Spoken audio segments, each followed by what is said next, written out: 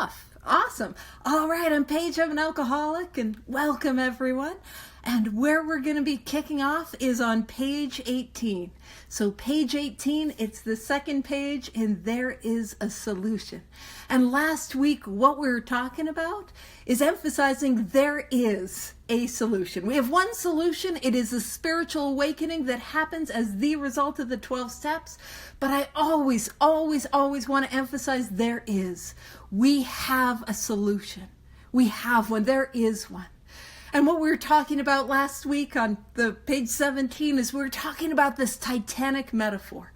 This idea that as alcoholics, it is like that we're on a sinking ship. And I'm sure we can all relate to that feeling like, ooh, we are going underwater. And our common problem is the sinking ship of our alcoholism. That I have a physical allergy. That once I start to drink, I can't control the amount that I take. But also that I have an obsession of the mind. I have a thought that happens when I am as sober as I am today, but my illness is untreated that takes me back again and again to that first drink, despite the fact that it is ruining my life. And that is our common problem. But that does not hold us together. There's not enough space on the door. That's a reference to the movie Titanic with Jack and Rose. If that's all we have is our common problem. But we also have that common solution. Our common solution being this spiritual awakening. But we also need a way to get there. A way that we can join in brotherly and sisterly and siblingly harmonious action. And that is the 12 steps. So on page 17, what we were looking at was what our problem is, physical allergy, mental obsession, what our solution is, a spiritual awakening, and how we get there, which is the 12 steps. That's our program of action. And so that's what we're doing. And now let's dive in, page 18. So it says, an illness of this sort. And what a radical idea that this is an illness. That I am not bad, that I am not weak, that I am not immoral. And we're going to talk about this. I am ill. An illness of the sort, and we have come to believe it an illness. Involves those about us in a way that no other human sickness can. If a person has cancer, all are sorry for him, and no one is angry or hurt, but not so with the alcoholic illness. For with it goes annihilation of all the things worthwhile in life. So my illness, which is my alcoholism, brings about annihilation of everything that is worthwhile in life. Has that been my experience? And when we talk about the annihilation, the visual that always comes to mind to me is like the atomic bomb. If you've ever seen any videos of like atomic bomb testings or anything like that, where you just see the bomb gets dropped and it levels everything to the ground and there's nothing left. That is annihilation. That's what this illness does. And then it says it engulfs all whose lives touch the sufferers. Anyone who's close to me, anyone who's near me is affected by me, man, is engulfed by the pain of my illness and the suffering of my illness. That is alcoholism. And, you know, I feel what happens is I have thoughts in my mind and then I don't filter them. And so I'm going to tell this story because the filter thing is broken. And as I was talking about the annihilation of like all things worthwhile and all lives who touch the sufferers, you know, I think that mushroom cloud that just expands and grows. But I remember one of the places that my alcoholism took me was homelessness. And I was homeless living on the streets of Calgary. And I don't talk about that too often, to be honest with you. And the reason I don't talk about that is because if you're like me, you'll hear that and you'll think, I wasn't homeless. I wasn't homeless in Canada. And you'd be looking for all the ways that you're not like me. And homeless does not make me alcoholic. Might make me a difficult roommate, but does not make me alcoholic. What makes me alcoholic is once I start, I can't control the amount I take. And when I try to stop, I can't stay stopped on my own power. That is what makes me alcoholic. But I remember I was living on the streets of Calgary and I would sleep under this underpass where there was a pedestrian underpass. And I remember one morning there was a woman and I didn't know her. She came up to me and she said, I was so worried about you. I hadn't seen you in a while. I'd never, she obviously knew who I was based on me sitting there panhandling, because I'm classy. But you know what I mean? She was worried about me. All whose lives touch the sufferers. I couldn't even tell you her name, and she was worried about me. That's the power of this illness. Now, one of the things, and please do, hang around, keep coming to this study, you will realize that I'm codependent. I am codependent as heck, and I don't want to hurt other people. And I'm going to point that out to lean into the power of this illness. So it says, it brings misunderstanding, fierce resentment, financial insecurity, disgusted friends and employers, warped lives of blameless children, sad wives and parents. Anyone can increase the list. Page 18, for those that just joined. Is that my experience? That the result of my drinking, my inability to control the amount that I take, and my inability to stay away from the first drink, did that lead to misunderstandings? Did that lead to fights, arguments, fierce resentments? Was financial insecurity? Spending all the money, pawning all the things, not able to hold down a job? Is that my experience? And what I want you to know is I don't want to be that person. And you might be like me. I didn't want to be that person. I didn't want to hurt those people that I hurt. I didn't want to break the hearts that I broke. I didn't want to betray the trust that I betrayed. I don't want to disappoint people. I was joking with a sponsee earlier. I'm like, validate me, I don't want to be that person. But that is the power of this illness. It turns me into somebody I do not want to be, and to do things that I do not want to do, very simply, which is to say, take that first drink because I know it's hurting you and I don't want to do it again. And yet I do it again. And that is the power of this illness. And that's also, I think, why we struggle when we come here and we hear it's an illness. No, it couldn't be an illness. But this is a radical idea. Published in 39, sort of brought about and written 38, 37. There's an article in 1937 in Lancet, a medical journal. But this idea that alcoholism is an illness was a radical idea, and how radical it felt to somebody like me. Because I'll tell you what, I came here and I just thought I was broken. I just thought I was bad. I just thought I was a piece of garbage, that didn't belong, that didn't fit in, that there was something inherently wrong with me. And man, I wanted to be good. I wanted to be this person that I just could not be. That is the power of this illness. And it says, we hope this volume will inform and comfort those who are or who may be affected. There are many. And when it says inform and comfort, there's that old saying, I feel like it's Sandy Beach, but it might be a Clancy I, could be a Chuck C. I stole it from somewhere. That idea that our job is to comfort the disturbed and to disturb the comfortable, Yeah, that's what I'm here to do. That's what we're here to do. And there are many who are affected by this illness. And it's important for me to understand, of course, if I have this illness, I am affected. But those who love me, those who care about me, they are too also affected by this illness. One of the biggest lies I ever told was that I was only hurting myself. And there's a stranger that I had never spoken to before who is worried about this 18-year-old homeless alcoholic crackhead. I don't know who I can affect with my illness. Now, by that same token, I don't know who I can affect by my sobriety and who I can help. But that's why we have some of the later chapters for those who are as bound to the alcoholic as the alcoholic is bound to alcohol, for the family, for the employers, for those who are as affected. And so what we're trying to do in this chapter is to give the information of what does it mean to be an alcoholic and what is the solution to this illness. So it goes on to say, highly competent psychiatrists who have dealt with us have found it sometimes impossible to persuade an alcoholic to discuss his situation without reserve. What's been my experience? Did I see doctors, counselors, treatment centers, psychologists, psychiatrists? Did I see these people in the helping profession? And was I rigorously honest with them? Yeah, I'll tell you, I wasn't. They weren't getting the whole truth. I'm going to just ruin your day a little, and I apologize in advance. Did you know that they know. The doctors and nurses and stuff, if they suspect you of alcoholism, you know what they do? They take the number that you give them and they triple it. Rude. Who told them which one of you is squealing? You know what I mean? Like, I'm not being fully honest with them. And I'm like, no, it's gotta be this other thing. Why don't we have a look at this other thing? Not my alcohol use, like, let's not have a look at my drinking, right?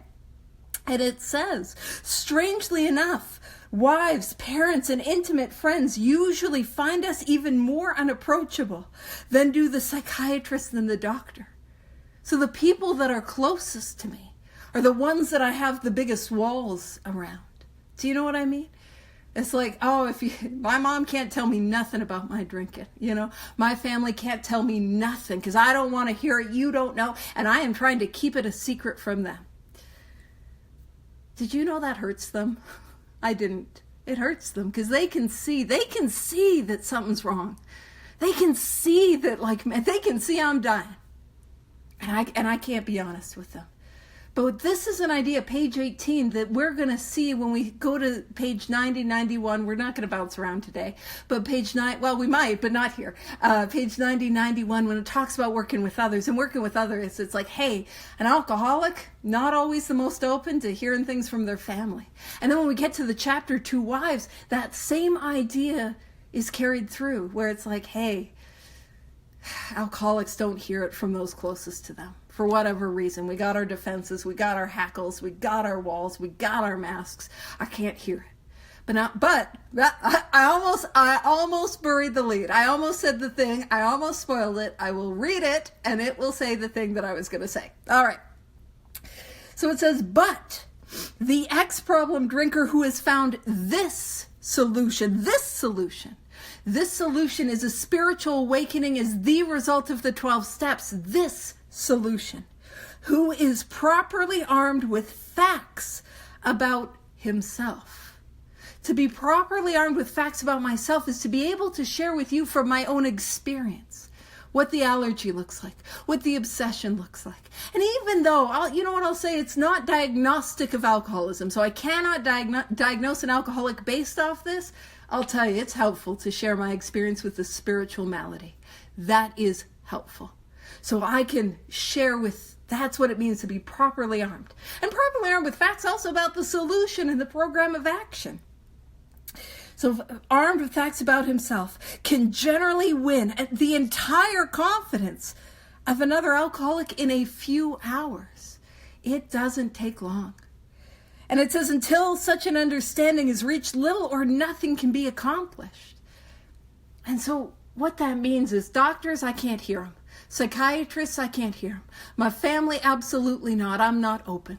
Somebody talking down to me on a moral hilltop, man, you tell me what I got to do, I'm going to do the opposite. And I'm a rule follower, I want your approval so bad. But if you're like, you have to, I'm like, no, don't tell me what to do. Like, it's still in me. I had somebody a couple weeks ago was like, tell me 3 things you're grateful for.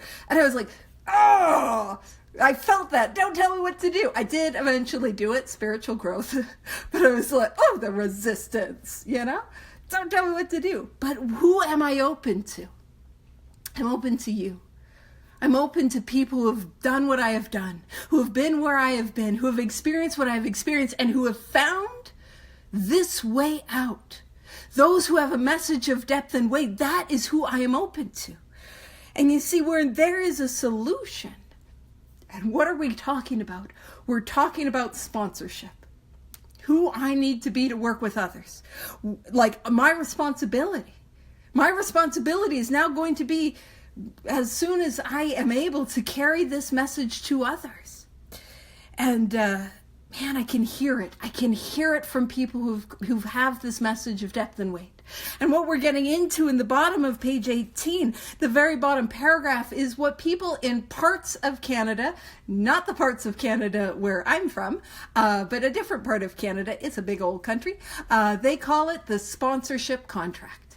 And so we're in still the information about step 1. And what we're going to glean at the bottom of page 18, welcome, glad you're here. What we're going to glean is the directions for who I need to be to work with others. That's what this is about. So sponsorship is a part of the deal. I get the spiritual awakening and I go help others. That's a part of this thing. So it says that the man who is making the approach. Oh no, I've got to approach? Right? Like, who here came with social anxiety? What do you mean I've got to talk to other people? So for me, as somebody who has recovered, as somebody who has gone through these steps, as somebody who is living in the fourth dimension, I have a responsibility. And that responsibility to those who are new, who are struggling, who are coming back, is to approach them. I don't wait around to be asked. And to be fair, people do ask, but like this is what I like tell my sponsees, like, we've got to, at minimum, we're on Zoom. You don't even have to wear pants. Preferably if you're not wearing pants, camera up or camera off, but you don't even have to wear pants. It is so easy. The very minimum that I can do is reach out to somebody in the chat, give them my number, but more important than that, see if I can get their number. I've got to make the approach. I've got to reach out to them. Does that make sense? And sometimes it's like, oh, but if they want what I didn't know what I needed when I got here. My head was in an orifice. Get what I'm saying? My head was somewhere. I couldn't tell heads from tails because head in orifice. You know what I mean? I didn't know what I needed. I didn't know what I wanted. I didn't know what the solution was. I needed help and I was drowning. And so I've got to make the approach. Go ask them, go reach out to them. Go, and it doesn't even always have to be for sponsorship. Go ask them if they're new. Go ask them if they have a sponsor. When, let's see if I can grab it quickly. When I'm at an in-person meeting, one of the things is I can't grab it quickly. I have stickers of the cycle of alcoholism. I've screen shared that a number of times. And when I'm at an in-person meeting, if there is somebody that is new, I will say, do you have a sticker? And they'll be like, no, and I hand them a sticker, and then it becomes a conversation starter. So I get to ask them about it. Do you have a sponsor? Do you have a Big Book's a good place to put your sticker? Do you have one of those? And I can start the conversation. I've got to make the approach. And what I will say is, if you would like stickers, I will mail you stickers. I will mail you them. For free. You don't have to give me any money. I'll pay postage. I will send you stickers in the hopes that you hand them out. So I'll send them, you get to keep some, and then hand them out. And then, we make the approach. Anywho, so the man who's making the approach, I am somebody that would stop and go on a tangent mid-sentence. I'm not even waiting for that period. But the man who is making an approach has had the same difficulty. That he obviously knows what he is talking about. So that's when we talk about a message of depth and weight. That's what I need to have. That I know what I'm talking about. And of course, I know what I'm talking about from experience. My experience is what carries weight. My experience. Of course, with the allergy, of course, with the obsession, can be helpful to talk about my experience with the spiritual malady, but also my experience with the spiritual awakening and the experience that I have with the 12 steps. That's what I have to offer is my experience. And that is like obviously knows what he is talking about. That is a message of depth and weight. And this line, that his whole deportment shouts at the new prospect that he is a man with a real answer.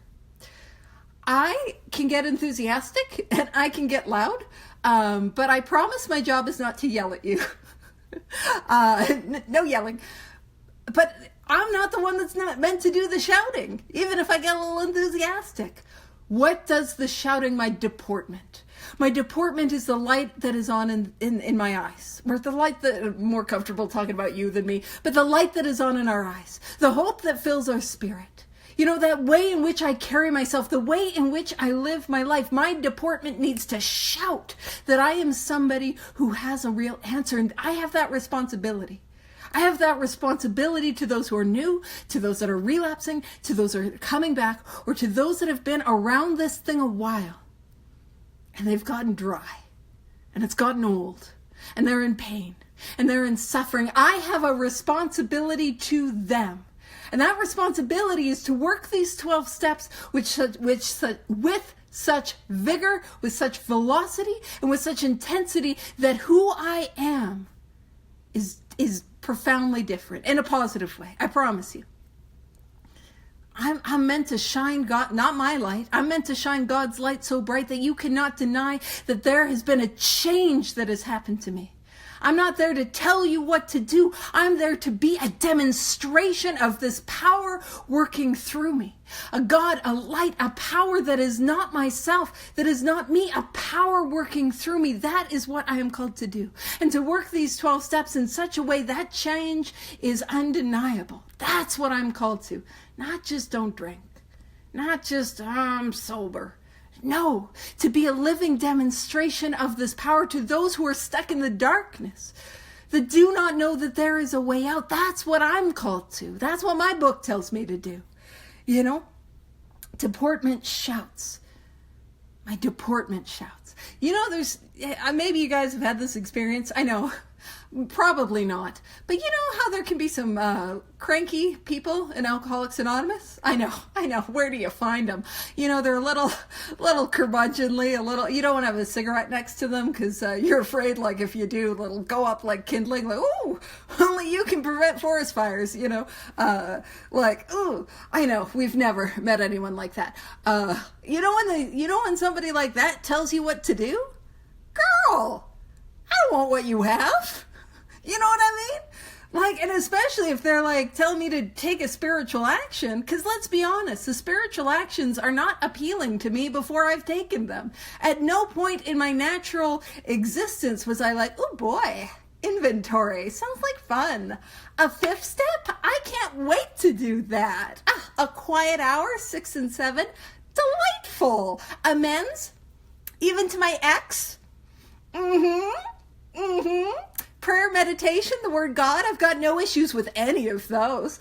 Working with others, who wouldn't? Alcoholics, they're so patient, tolerant, punctual, you know what I mean? Like, who wouldn't want to do that, you know? No, this all goes against my natural instinct. So if there's somebody that's miserable that's telling me to do the steps, I don't want any of that, you know?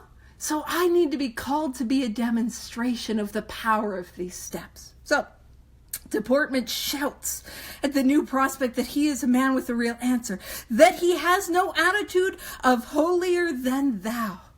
And that's important, shoulder to shoulder. And I really mean that, shoulder to shoulder. We're commencing on the spiritual journey. I'm no better than anyone who hasn't done this work, and I'm no worse than anyone that's oh man, I can't remember what you called her, but you're Polly P at the you know, I'm no worse than her, but that we are equal, you know. Shout out for the Ladybug Roundup is what I was trying to do, but I couldn't get the thoughts in order.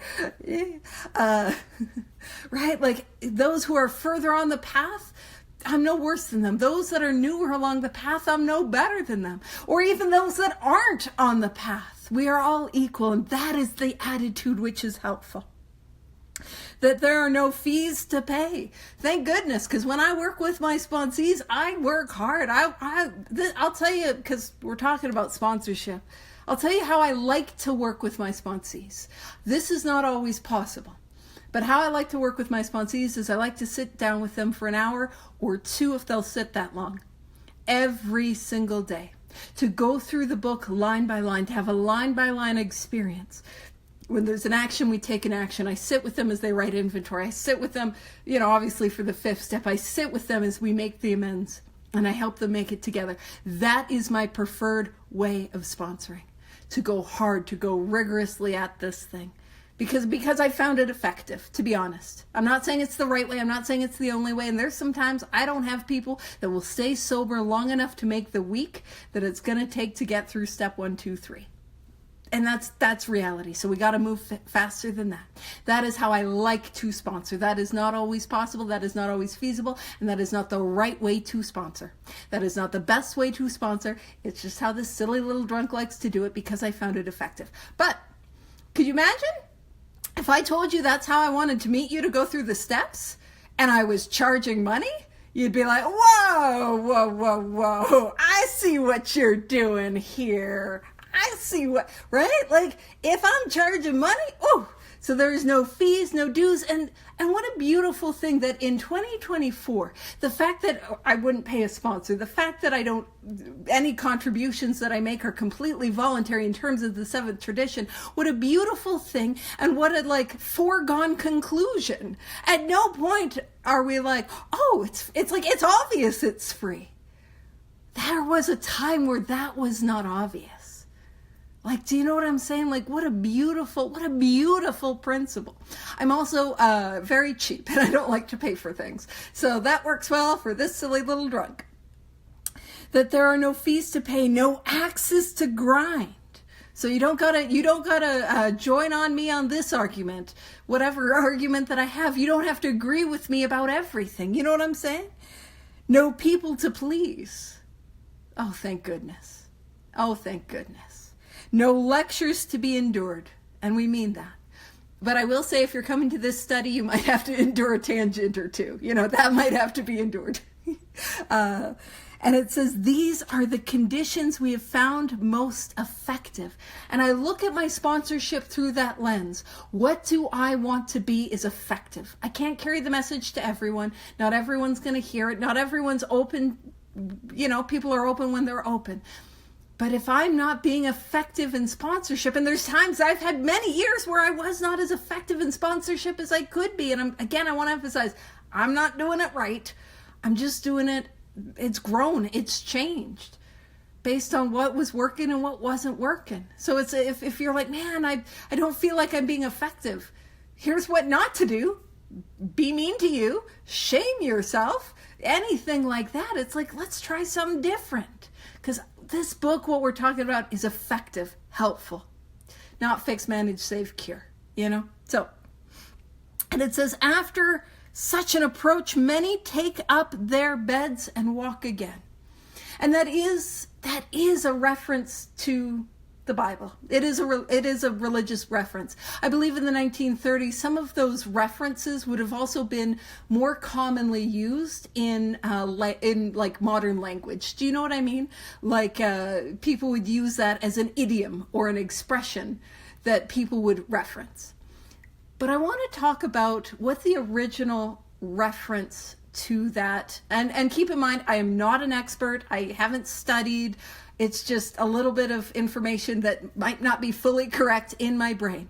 But the original story in the Bible, as it refers to many take up their beds and walk again. It was a story of a man who was paralyzed, who was living where a lot of the disabled people in the community lived, by this pit of water. And what would happen in the story is that an angel would come down and stir the water. And whoever was the first person in the water, they would be healed.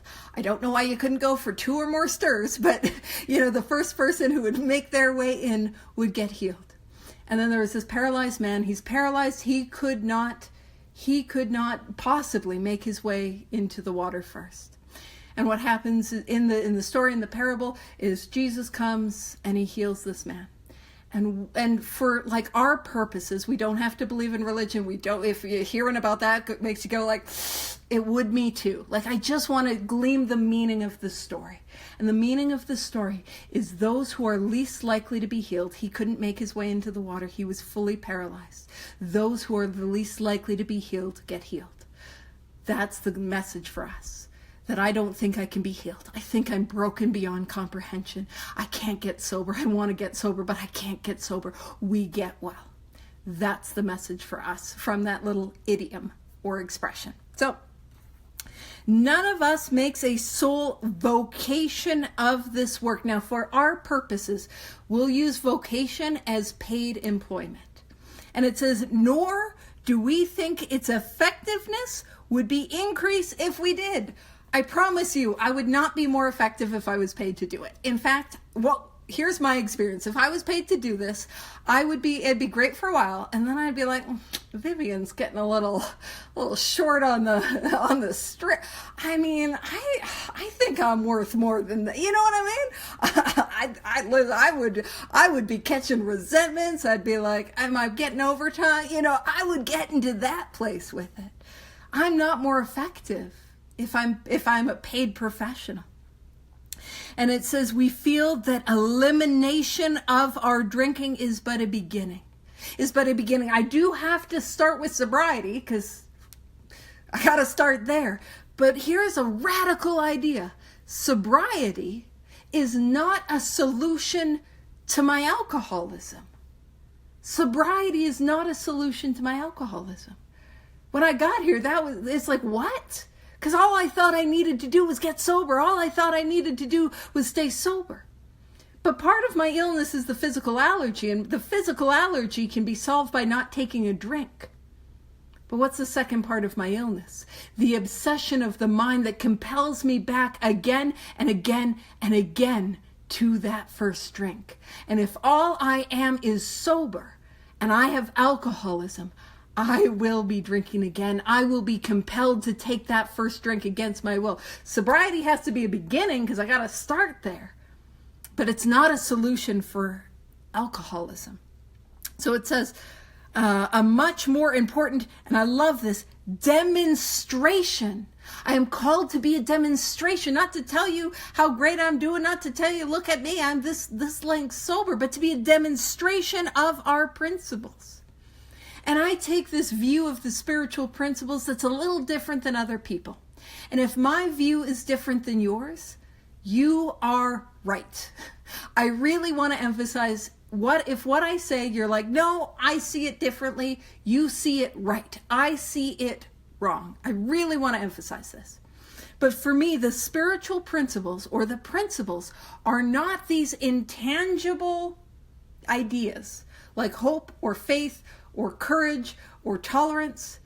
And I use this one a lot. Ever been stuck in a traffic jam and try to pull tolerance out of nowhere? Do you know what I mean? I can't do it. For me, the principles are instead the tangible actions of the 12 steps. Oh, I can demonstrate that. I can demonstrate the tangible actions of the 12 steps in all my affairs. A much more important demonstration of our principles. I can demonstrate these actions. When I have a resentment, I can do a 10-step. I can take it through the columns. I pray, take it through the columns as I call someone. You know what I mean? Tangible actions that I can do, tangible actions that I can take that allow me to be a demonstration. And then, of course, what flows through is those intangibles, the love and tolerance and hope, faith, and courage. You know what I mean? That follows, but I have to start with the actions. So, a much more important demonstration of our principles lies before us in our respective homes, occupations, and affairs. And what does that mean? It doesn't mean, we have affairs. No, that's not what the book is co-signing. Don't do that. What the book is saying is that it is not, and I've been talking about this a lot, so I apologize if you've heard it a lot. It is not that I have my little Alcoholics Anonymous basket over here. Here's my little AA where I do my AA, and then here's my occupation basket where I do my job, and here's my family basket, and here's all my affairs, like my hobbies and my friends and my, maybe civic duties and whatnot. Here's that basket. No. It is not a separate thing. The 12 steps is how I live all areas of my life. I bring them into all areas of my life. That's what we're talking about. And then it says, and I want to emphasize, all of us spend much. I'm going to emphasize all and much of our spare time in the sort of effort which we are going to describe. The effort they're describing is 12-step work. And so all of the first 180 members spent much, not all their spare time, but much of their spare time working with others, 12-step work. Now, if you remember, back in the forward to the second edition, we were having a look at what was the early recovery rates in 12-step. In Alcoholics Anonymous. And it was for those who had worked the 12 steps. The early rate was they saw 50% got sober at once and remained sober. An additional 25% sobered up after some relapses. So we saw an improvement, 75% stayed sober, got sober. And then the remainder, it says, showed improvement. So their lives got better. Their lives got better even if they didn't. So what we're seeing is a 75% success rating. Whenever I talk about numbers, I also want to emphasize, what is my percentage when I come to Alcoholics Anonymous? 0. I got a 0% success rating. So 75, not bad. I got 0. And I always want to say my experience is, I've never seen anyone who really did this get drunk again. Never. I've seen lots of people drink again. Lots of people drink sitting on a 4, sitting on a 5, sitting on amends, sitting on, the 10, 11, 12, not sponsoring others. I've seen people who did it and had powerful, spectacular recoveries and stopped. And the erosion of the actions that they took began and they drank again. I've seen that. But I have never seen anyone doing it in the middle, actively doing all of it. And you can ask them follow-up questions and find out they weren't doing it. Relapse. And that's been my experience. So if I want that type of recovery, if I want that type of success, what do I need? I need to spend much of my spare time working with others, sponsoring others. Not all of it. You can have hobbies. I don't have hobbies, but you can have hobbies. And I was like trying to come up with hobbies, and I'm like, crochet and windsurfing, and I'm like, I don't think anyone does. People crochet, but you can do hobbies. You can have hobbies and other interests. But much of my spare time, and here's the gauge, here's my gauge. If I am not a little bit inconvenienced, I don't have enough sponsees. You know what I mean? I gotta be a little bit inconvenienced. At least a little bit inconvenienced. That's my gauge. So, and it says, a few are fortunate enough to be so situated that they can give nearly all their time to the work. That's me. I had a lot of spare time, did not get hobbies, got sponsees. So I don't have spare time anymore. But also that line tells us, when it says none of us make a sole vocation of this work, sometimes people interpret that as saying, oh, that must mean spending a lot of time working with others. And that's actually not what it's saying, because that bottom sentence is saying a few of us are so fortunate they can give nearly all their time to the work. So what does that mean? Again, that we're pointing to vocation as paid employment. So I just wanted to talk about all of that. So it says, if we keep on the way we are going, there is little doubt that much good will result. And the way they were going was one alcoholic working with another, carrying this message, one alcoholic to another, to another, to another. And they're saying, that's working. Like, it's working. That's why we're going to continue to do that. But the surface of the problem would hardly be scratched. So we wouldn't be able to help the amount of people that need it. In fact, it goes on to say, those who live in large cities are overcome by the reflection that close by hundreds are dropping into oblivion every day. Is that my experience? Sitting in I know it's Canada, but relatively large city, over 1 million for sure. People are dying of this illness. Or similar illnesses. People are absolutely dying of this thing and is falling into oblivion every day. Is that my experience? And it says, many could recover if they had the opportunity we have enjoyed. And again, recover. Not just don't drink, recover. And we're pointing to being recovered, where the obsession is removed. Not cured, but the problem is solved, as in this mental obsession is treated because I've had that spiritual awakening.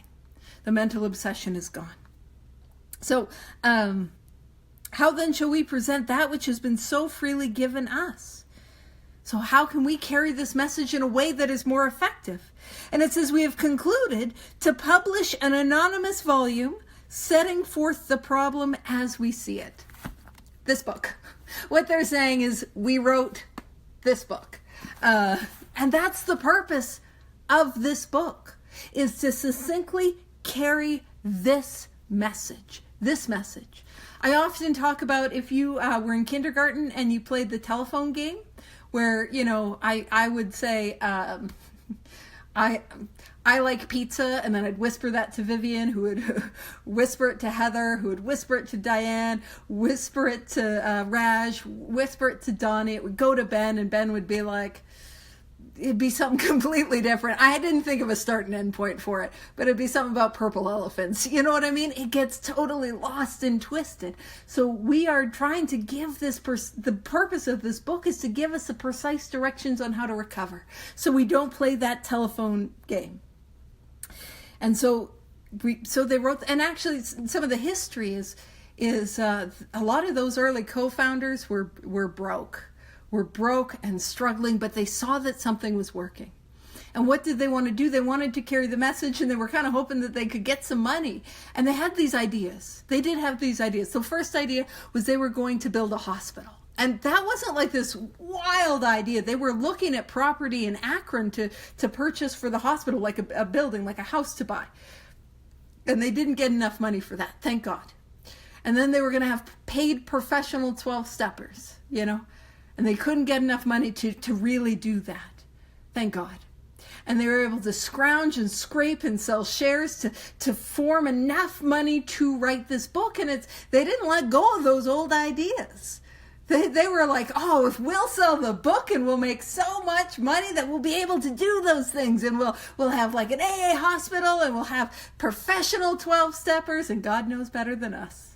God knows better than us, and we didn't get what we wanted, but we got what we needed, which is this book. So it says, we shall bring to the task our combined experience and knowledge.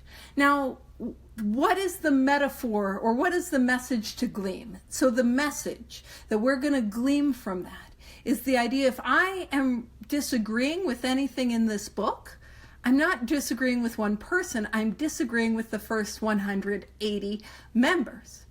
But, and it's unfortunate that Howard had to drop off, because if Howard was here, he'd be like, oh, actually, the truth is, it was primarily written by Bill Wilson. He was really, oh, I love you, so glad you could make it. He was the primary author of this book, and he would send chapters out to Akron, Ohio. Akron wasn't excited about the idea of the book, so they didn't give him feedback. And he's like, please give me feedback. And New York didn't want to offend Bill, so he didn't get a lot of feedback. Hank Parkhurst was giving him a lot of feedback, and Bill's like, too much feedback, you know? So it wasn't as much of that group text as it's sort of being portrayed. Bill was always wanting to distance himself, as it wasn't simply his idea. But what I want to point out is the message is that it's a group text, that it's not one person. And if I hear that and I'm like, yeah, but Bill wrote it. But if you remember, when I talk, love you, when I talk about, the we of Alcoholics Anonymous. When this book was written, of course it was referring to the we, those first 100 members. But the more of us who follow the directions in this book, the more of us who have the experiences as outlined in this book. I experienced the 3rd step promises. I experienced there's promises all over, but the 5th step promises, the 9th step promises, the 10th step promises, those promises all over step 12. I begin to experience those things. The more of us that are included in the we. So if I'm disagreeing with anything in this book, I'm disagreeing with not just the experience of the first 100 members, but all of those of us who have recovered. That's who I'm disagreeing with. And it says, this should suggest a useful program for anyone concerned with a drinking problem. So the purpose is to give us the program. Where is the program of Alcoholics Anonymous found? In this book. The program of Alcoholics Anonymous is the 12 steps as given to us out of the book Alcoholics Anonymous. That is the program. That's it. There's a lot of other things that are wonderful, like meetings. Wonderful, not the program. Fellowship, wonderful, not the program. Service, wonderful, important, And I want to be proportionally involved. I want to have fellowship. I want to have a meeting. I go to meetings. I want to have a home group. I want to be of service. That is important. But the program of Alcoholics Anonymous is the 12 steps taken out of the book Alcoholics Anonymous. That's not to say anything else. The other stuff is bad, but to be clear what is and what is not the program. And it is the program that takes me to the solution. So it says, of necessity, there will have to be discussion of matters medical, psychiatric, social, and religious. We are aware that these matters are, from their very nature, controversial. So we're talking about things that, there can be a lot of controversy around. It says, nothing would please us so much as to write a book which would contain no basis for contention or argument. We shall do our utmost to achieve that ideal. And this line, man, I will let you know, in the last however many years, I think this is a line that has become more and more true and more important. Most of us sense that a real tolerance of other people's shortcomings and viewpoints and a respect for their opinions are attitudes which make us more useful to others. Because I'm here to be useful. And in step 3, we're gonna get fired from the management position of our life. And then we're gonna work for a power greater than ourselves. And I'm gonna work for this power. And I'm just there to be useful. Now this, if you're writing in your book, highlight, underline, stars beside.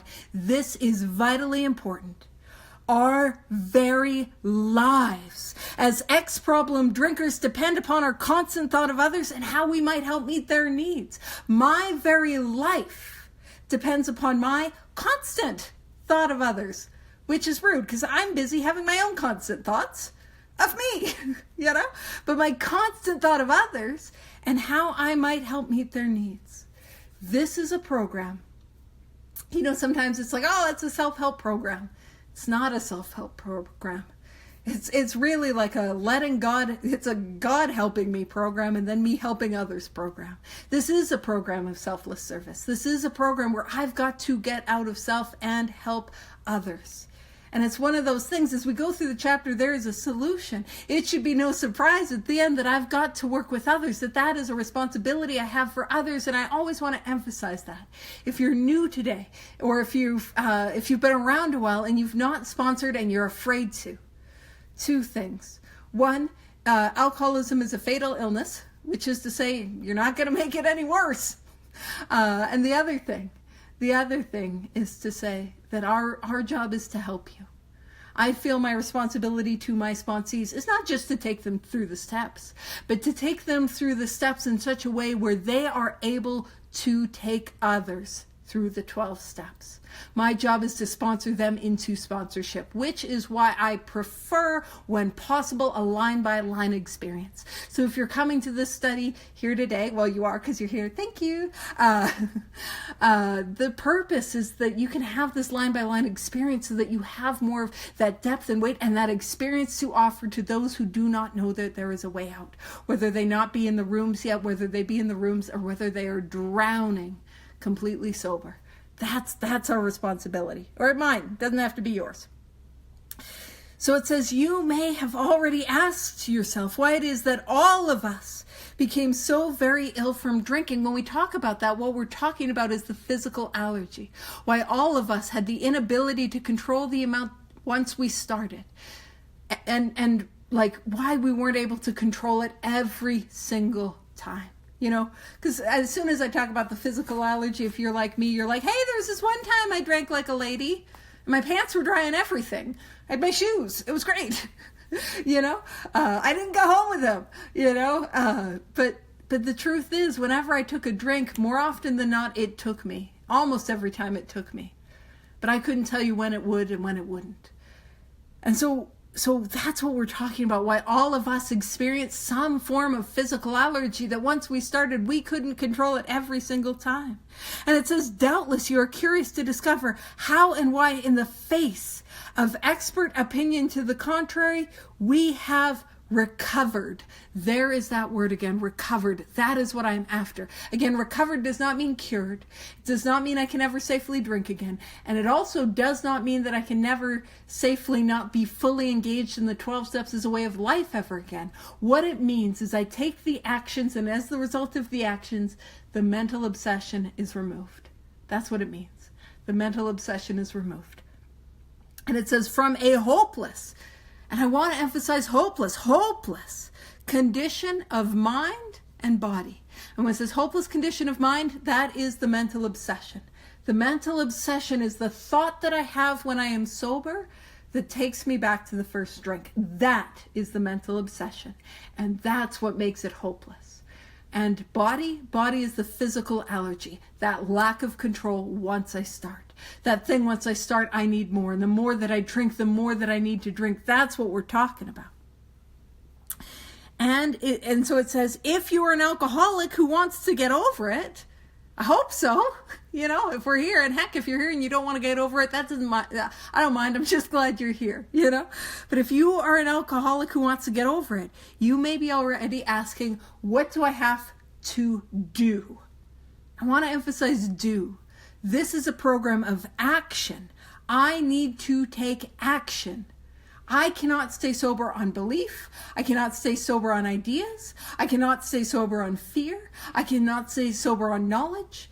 I cannot even stay sober on what I did last week. Do you know what I'm saying? I need to I need to take a series of actions, the 12 steps, to produce a change within me. That's what I need. So I have to do. And it says, it is the purpose of this book to answer such questions specifically.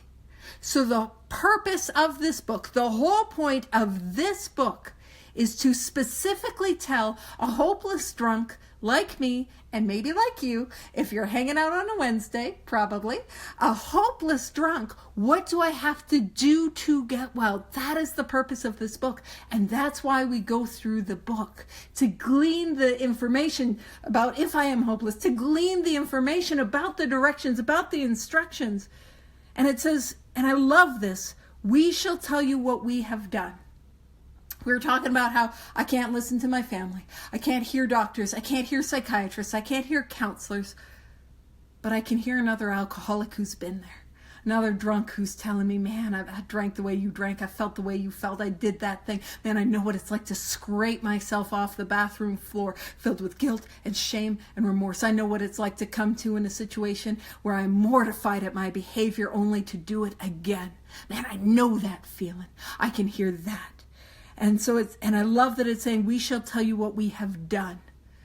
That's what we have done. It's not a bunch of scientists in an ivory tower. It's drunk shoulder to shoulder. Here are the actions that I have taken. And I'm big on that. When I work with sponsees, I am not going to ask them to do something that I do not do or I have not done. And I do this thing. You know what I mean? We're doing this together, shoulder to shoulder. And I love this. For me is one of those examples of the book meeting me where I'm at. It's not, oh, I'm sober, I'm better than you. Here's what we've done. I'm going to lay out the simple kit of spiritual tools. If you want it, I will do anything to help. So it says, we shall tell you what we have done. Before going into a detailed discussion, it may be well to summarize some points as we see them. And what we're going to get into, and we'll get into it next week, is some misunderstandings of alcoholism. And we'll have a look and we'll see, have we even had these misunderstandings about ourselves as alcoholics? So how could we begrudge non-alcoholics for having these misunderstandings? And then what we will do is we will get into the description of what is a moderate drinker, what is a hard drinker, heavy drinker, and what does it mean to be a real alcoholic? And we're going to see ourselves in those pages, and we're going to have an experience with those. But we'll pick that up next week, and I'll toss it over to Vivian for the next part of it.